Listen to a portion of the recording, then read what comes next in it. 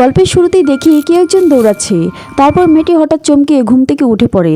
তার পরের দিন মেয়েটি স্কুলে আসে আর মনে মনে ভাবে, সত্যি বলতে আমার স্কুলে যেতে ভালো লাগে না, তাই ট্রান্সফার নিয়েছিলাম, এখন থেকে একাই থাকবো। তারপর সে তার পরিচয় সবাইকে দেয়, হ্যালো, আমার নাম ইউ মিনজে। তারপর সবাই অবাক হয়ে যায় আর ভাবে দুজনের একই নাম, খুবই ইন্টারেস্ট তো।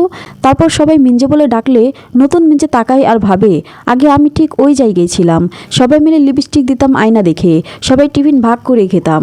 তারপর আগের মিনজে ভাবে, মেয়েটি এইভাবে তাকাচ্ছে কেন, আমার কি খুশি হওয়ার কথা, কথা বলতে হবে।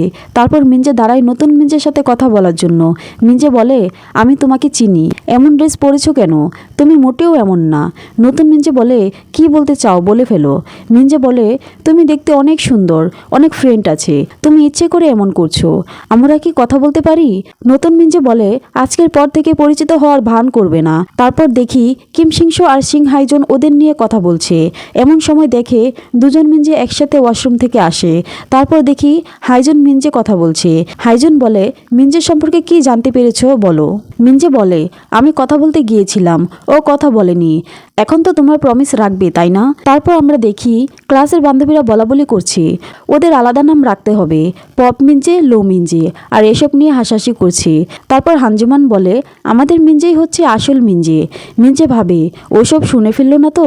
নতুন মিনজে ভাবে, আমি সব শুনেছি, তোমরা যা ইচ্ছা করতে পারো, আমার কিছুই যায় আসে না।